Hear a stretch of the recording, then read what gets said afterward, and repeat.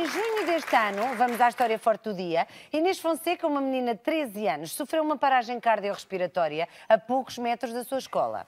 Mas, graças à formação da professora de Educação Física e à sorte também, a sua formação em suporte básico de vida, ela estava no ginásio, à hora certa, no momento certo, e através de inúmeras e sucessivas massagens cardíacas, conseguiu salvar a nossa convidada, a Inês, à vida, voltar a trazê-la à vida. E hoje, no Agora Nós, temos Sandra Fonseca, é a mãe de Inês Fonseca, que também está connosco, claro, a professora Rita Roda e a própria Inês. Um aplauso para os três, as três do caso, e bem-vindas ao Agora Nós. Muito obrigada.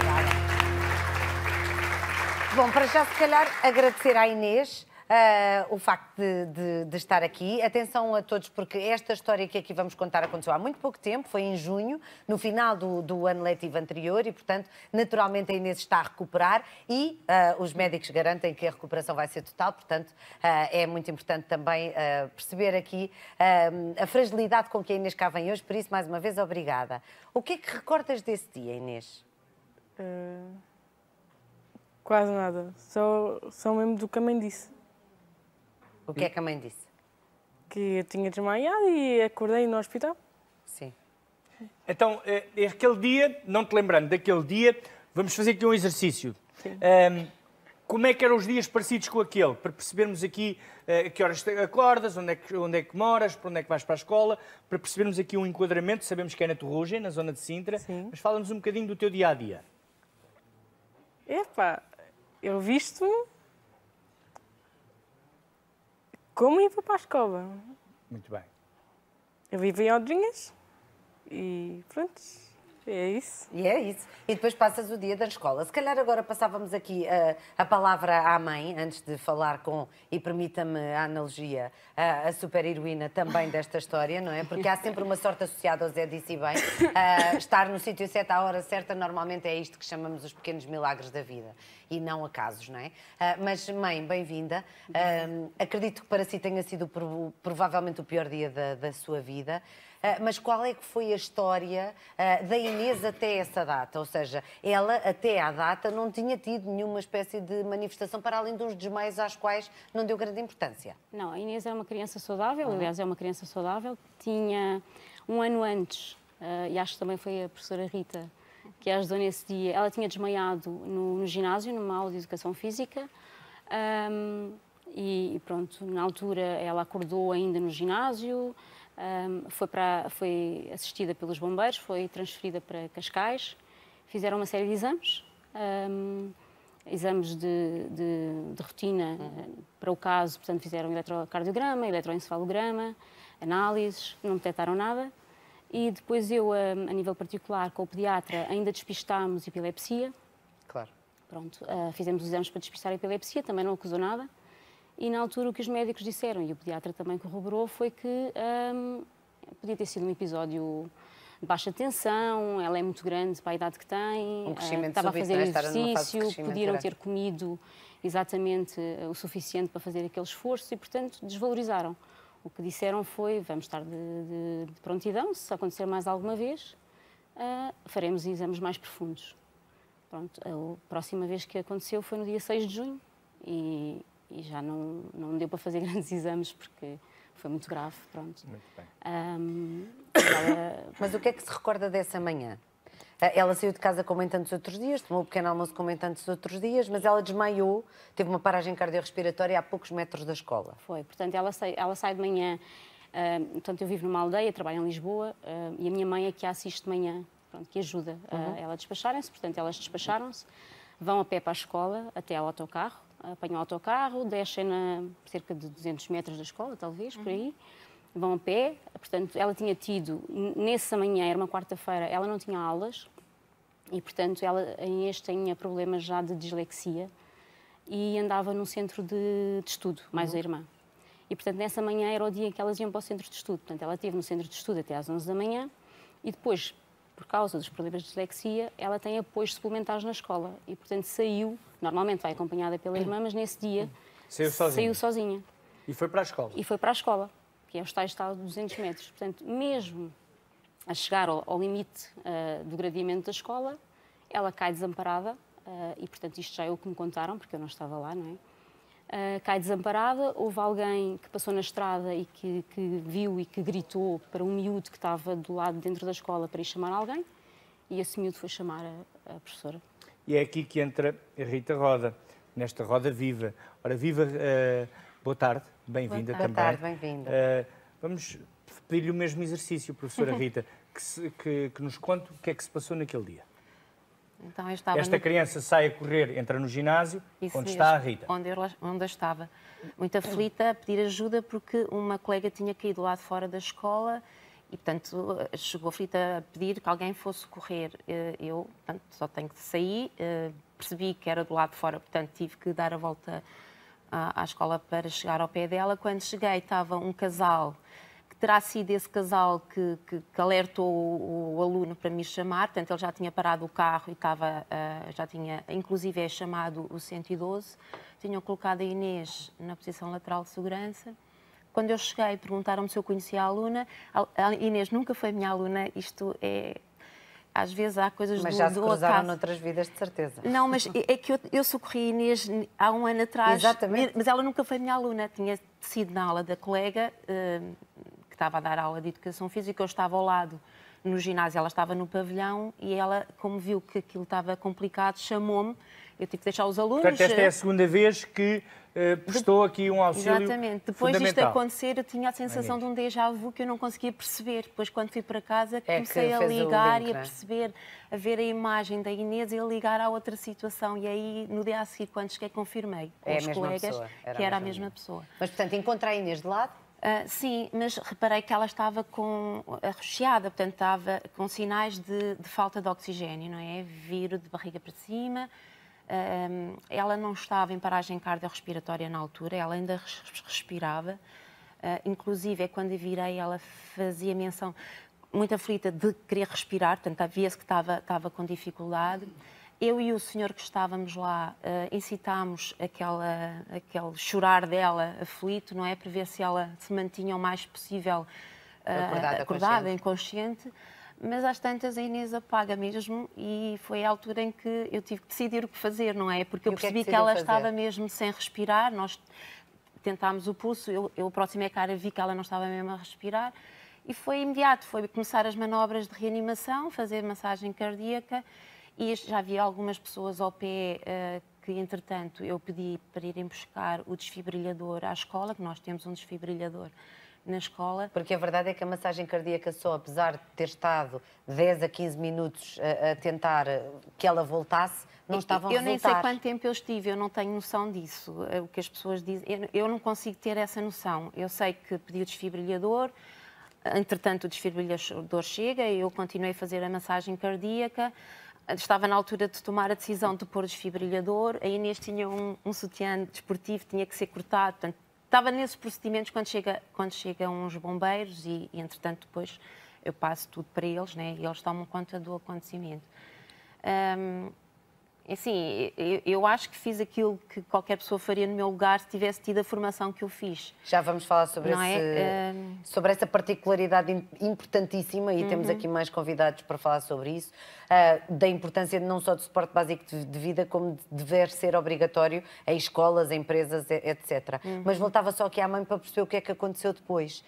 Ou seja, chegam os bombeiros e quando esta menina vai para o hospital, ela fica durante muito tempo internada, não é? E as perspectivas vão a ser as piores. Sim, nós chegamos ao hospital, ela foi para a sala de reanimação, esteve lá pouco tempo. Eles fizeram aquelas medicações normais, entretanto subiu para os cuidados intensivos e ela começou a respirar por ela própria. Portanto, ela às 3 da tarde, isto foi cerca das 11, ela por volta das 3 da tarde já estava a respirar por ela própria. Para os médicos era um excelente sinal. Estávamos à espera que ela continuasse a dar sinais, mas a Inês durante 14 dias não deu mais sinais. Em estado vegetativo, considerado vegetativo. Ficava em estado vegetativo. Portanto, ela estava num semicoma, porque como estava a respirar por ela, não se pode dizer que era coma profundo, não é? Estava num semicoma, mas abria os olhos volta e meia, mas era num olhar no horizonte, portanto, sem focar nada, e mexia os membros inferiores com muita violência. A sensação que nós tínhamos é que ela tentava comunicar de alguma maneira e não conseguia. E no dia 18, portanto, 14 dias, mais ou menos, depois do que aconteceu, aliás, 12 dias, ela fez uma ressonância magnética que, segundo os médicos, estava catastrófica. Em que sentido? Qual era a leitura que Todo depois... o cérebro tinha sido afetado, ou seja, todas as funções cerebrais tinham sido afetadas. Fala, o ouvido, a vista, a parte motora, a parte neurológica, portanto, todo o cérebro tinha sido afetado.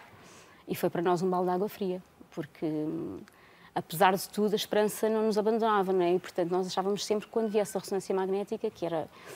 Porque ninguém nos dizia grande coisa no hospital. Não há casos, felizmente... Para a população não há casos, infelizmente para nós que estamos naquela situação que queremos saber mais. Também não há nada, comparações. exatamente, não havia nada para comparar, eles não sabiam muito do que é que nos haviam de dizer e a única coisa que nos diziam era vão-se conformando.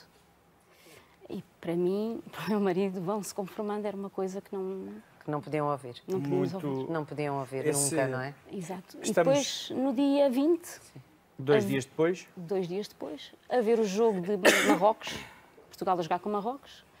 O Cristiano marca o golo, nós fizemos uma gritaria, nós, quer dizer, os enfermeiros estavam no quarto, porque estávamos para aí umas 6 pessoas, gritaram um golo e a Inês sorriu. E a partir daí foi todos os dias um bocadinho. Sim. E esse processo de todos os dias um bocadinho foi evoluindo de tal forma que a Inês está aqui, não é? E está bem, está a movimentar-se e a reaprender muita coisa, não é? Ela teve que reaprender tudo. Como assim? Ela deixou de ver, ela deixou de falar, deixou de comer, deixou de andar. E, portanto, ela, a primeira coisa que fez foi exatamente isso, foi sorrir. Depois, à tarde, disse aquela palavra mágica para mim, que foi mãe. E eu nasci de novo. E... Foi melhor do que a primeira vez que ouviu a palavra mãe. Eu fui mãe 4 vezes. Eu foi? tenho 3 filhos, mas eu digo que fui mãe 4 vezes. Fui mãe 3 vezes e depois fui mãe no dia 20 de junho. Ah, que lindo! Claro. E à tarde ela disse as primeiras palavras, disse mãe, disse mana, ao telefone, que eu pus a mana ao telefone, e ela disse mana, e a mana gritou do outro lado. E pronto, depois começou a falar devagarinho, no dia a seguir tentou falar, mas as palavras não saíam e, portanto, nós não percebíamos nada, era um bocadinho desesperante para nós, porque ela queria muito comunicar e nós não conseguíamos perceber nada. E depois foi começando gradualmente, por repetição, a dizer as palavras. Depois ainda teve ali um tempo em que o corpo não respondia, porque ela não mexia aos membros superiores, não respondiam. Os membros inferiores sempre mexeram desde o início. Começou uma fisioterapia lá ainda no Hospital da Amadora, que foram incansáveis. O Hospital da Amadora, eu sei que há muita gente que diz que não tem grandes experiências, mas para nós foram incansáveis. Portanto, ela começou logo a ter uma fisioterapia diária para não deixar que os tendões atrofiassem. E pronto, e depois começou a dar por isso com urina, por exemplo. Nós passou o processo de tirar a fralda, depois foi o processo de aprender a chamar quando tinha vontade de ir à casa de banho, o processo de sentar, de se segurar, de segurar a cabeça, de pegar comer. nos talheres, de mastigar, tudo reaprendido. Tem vivido aqui talvez o período mais intenso da sua vida e da vossa família. Portanto, um beijinho a todos em vossas casas. Voltando aqui a uma máquina que foi aqui falada, que está lá nessa escola e que foi, se calhar, fundamental, independentemente da sua formação, mas aquela máquina foi importante. Fale-nos um bocadinho de o porquê que tem essa formação. Porque era obrigatório, enquanto professora, porque uma questão sua de curiosidade, de desenvolvimento pessoal? Sim, eu fiz o curso de Educação Física e no tempo em que o fiz nós não tínhamos formação nem em pronto-socorro, nem... Portanto, eu senti sempre uma lacuna na minha formação em relação a esta parte, não é? Nós temos alunos, já há 30 anos que sou professora, e volta e meia acontece um acidente, um aluno tem um ataque de asma, ou há epilepsia, há mil e uma coisas que podem acontecer, não é? Não só com os alunos, como com colegas e até em casa. Eu sempre gostei de saber mais acerca destas questões. E procurei a formação. Primeiros socorros, já tinha feito. No ano anterior fiz esta com desfibrilhador, porque foi a Câmara de Sintra... apoiou um conjunto de uma iniciativa de escolas, não é? Uma iniciativa, exatamente, e depois colocou desfibrilhadores em todas as escolas, para além de ter dado a formação. Eu fui uma das pessoas escolhidas, por acaso, no caso não fui eu que escolhi, A direção teve a preocupação de escolher pessoas de diferentes áreas na escola, que estivessem em diferentes sítios na escola pavilhão. E em horários diferentes? Em horários diferentes. Foi mesmo escolhida assim. Eu, pronto, fui uma das que foi escolhida. Mas queria acrescentar que eu não cheguei a usar o desfibrilhador. Bem sei. Não cheguei a utilizar. Pronto, mas estaria preparada para... Sim, mas ele estava lá e isso exatamente, é fundamental. Exatamente. É nesta altura que vamos chamar à conversa de mais duas pessoas. Vamos pedir que se juntem a nós o Gabriel Boavida, do Movimento Salvar Mais Vidas, que já cá teve. Exatamente. Podem vir até E nós. a Rita Marques, da Cruz Vermelha Portuguesa. Um aplauso para os dois, bem-vindos. Caríssimo. Obrigada, Novamente. Gabriel. Muito obrigada, força. Boa tarde. Olá, Rita, mais uma vez. É um prazer ter-vos cá, novamente. Gabriel, vamos alterar aqui as regras de educação e começar por si, Gabriel. Sabemos que este movimento Salvar Mais Vidas surgiu com o desaparecimento precoce do seu irmão. José Boavida. O José Boavida. Que merece um aplauso, José Boavida. Também partiu numa situação semelhante, na rua. Sim, uma paragem cardiorrespiratória, perdão, a 1800 metros do Amador a Sintra. Nessa altura, depois de ter acontecido essa fatalidade do meu irmão, eu dirigi-me à Câmara Municipal de Sintra a dar conta da falta da ambulância VMER no Hospital Amador a Sintra e dar também conta de um fatídico acontecimento que aconteceu nessa mesma altura, que foi uma criança que morreu com uma paragem cardiorrespiratória numa escola em que é luz, ao mesmo tempo em que o meu irmão esteve em coma. E então eu levei estas duas situações ao Sr. Presidente Basílio Horta, que se emocionou e se dedicou a esta causa. E ficou logo decidido naquela reunião que iria dotar todas as escolas 2, 3 e secundárias de Sintra com os referidos desfibrilhadores e os respectivos operadores de DAE, de desfibrilhador automático externo. Ou seja, estamos a falar de 29 escolas e estamos a falar de 174 operacionais de desfibrilhação. Há pouco disse que foi uma questão de sorte, sim, claro que foi uma questão de sorte. Se tivesse sido mais longe da escola, não teria tido este socorro e se calhar o resultado teria sido outro. Exato. Mas este caso, sobretudo, vem provar uma coisa. É a sociedade civil que faz a diferença. Nós, em Portugal, temos 10 mil mortes de paragem cardiorrespiratória todos os anos. Estamos a falar de uma morte por hora. Estamos a falar da principal causa de morte fora dos hospitais. E temos a pior taxa de sobrevivência da Europa. Temos 3%. Porque o tempo do socorro é muito grande, é isso? Não tem a ver com isso. Tem a ver que em qualquer parte da Europa o socorro chega em 10 minutos. Mas se ao fim de 10 minutos o cérebro já está completamente danificado quando o coração está parado, mesmo que venha ao socorro, já não vai haver solução. A diferença está na sociedade civil, está no cidadão que vê, tem de saber fazer o suporte básico de vida. Foi isto que aconteceu aqui. Aqui a nossa heroína, professora Rita Roda, estava habilitada, soube identificar a situação e soube prontamente ministrar o suporte básico de vida. Isto é que fez a diferença. Gabriel, deixe-me só passar aqui a palavra à Rita da Cruz Vermelha Portuguesa. Rita Marques, muito obrigada por estar connosco. Há muitas lições de moral a tirar desta história. Vitória, Vitória. Felizmente continua a história, neste caso, não é? A Cruz Vermelha Portuguesa, a Rita, tantos colegas seus, são sempre os primeiros a ser chamados e este tipo de situações acabam por ser mais correntes no vosso dia-a-dia, mas o que é que nós podemos tirar daqui como moral da história? O que é que cada um de nós pode fazer para poder melhorar a sua própria vida ou uma pessoa que esteja ao lado? Conhecendo-a ou não, é indiferente. Eu fui socorrista da Cruz Vermelha durante muitos anos. Neste momento, eu sou, e também fui e continuo a ser, formadora de primeiros socorros da Escola de Socorrismo. E aquilo que, pegando nas palavras do Gabriel, aquilo que eu posso fazer é fazer formação de primeiros socorros. A Cruz Vermelha, desde 1947, que dá formação em primeiros socorros, formamos cerca de 8 mil pessoas por ano, mas é iniciativa particular, portanto, não é... A pessoa voluntaria sair aprender. A pessoa tem a iniciativa de se inscrever num curso, ou as empresas inscrevem os seus funcionários, foi o caso que aconteceu na escola, em paralelo como se fosse uma empresa, e um curso de suporte básico de vida com desfibrilação automática externa, são 7 horas, é um dia na vida de uma pessoa. Que fará toda a diferença. Na vida de tantas outras. O Gabriel Boavida representa aqui o movimento Salvar Mais Vidas, e bem, porque de alguma forma Sintra já está dotada e há agora esta parceria do vosso movimento com a Cruz Vermelha. Gabriel, que parceria é esta? Que dança é esta? O que é que vai surgir daqui? Muito bem. Nós, enquanto movimento, procuramos instituições que se quisessem associar à nossa causa, que é massificar a formação do suporte básico de vida.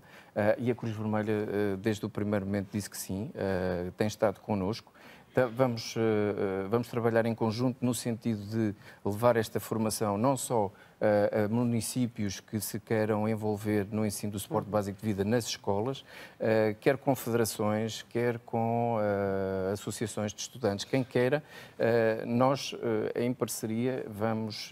Morada digital para as pessoas que agora estão a ver, entrar em contato com o movimento. Para entrar em contato é geral@salvarmaisvidas.pt ou bem. então diretamente com a Cruz Vermelha.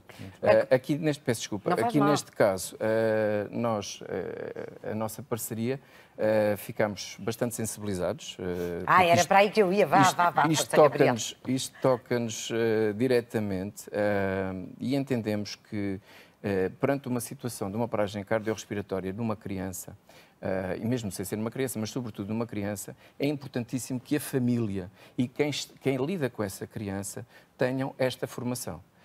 De onde nós contactámos o nosso parceiro, a Cruz Vermelha, e decidimos em conjunto que isto não poderia ser assim.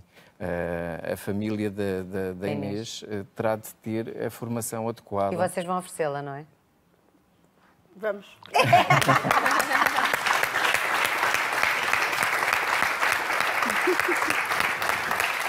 Para a família toda. Obrigada. Nunca volto a precisar de usar, está bem? Obrigada. Mãe, a verdade é que não tinha esta formação. Ninguém da sua família tem. Eu penso que se tivesse acontecido à minha filha em casa, eu hoje não tinha cá a Inês. Porque nenhum de nós sabia fazer nada. Sim. Essa é que é a verdade. Uma das coisas que no hospital me fizeram foi chamar os meus outros 2 filhos para fazer exames. E eu comecei a pensar, eu vou desesperar, pensar que pode acontecer o mesmo aos outros 2 que aconteceu à Inês. A Inês, em princípio, já não volta a acontecer porque ela tem um desfibrilhador implantado. E, portanto, se alguma vez o coração... Dispara automaticamente. Exatamente. Mas aos outros pode acontecer e, portanto, eu sei que um raio, costuma-se dizer que um raio não cai 2 vezes no mesmo sítio. Mas o que é certo é que às vezes acontece. E, portanto, eu fico muito mais descansada de ter a formação e poder ajudar os meus filhos, o meu marido ou qualquer outra pessoa que... E é para toda a família. Penso nisso. É verdade. A avó também tem que ir. Está muitas vezes com eles. O Gabriel, eu acho que é o exemplo, achamos que é o exemplo preciso da vida naquilo que ela tem de mais catastrófico, que é preciso perdermos alguém para acordarmos para uma nova realidade, para que se faça luz nas nossas vidas.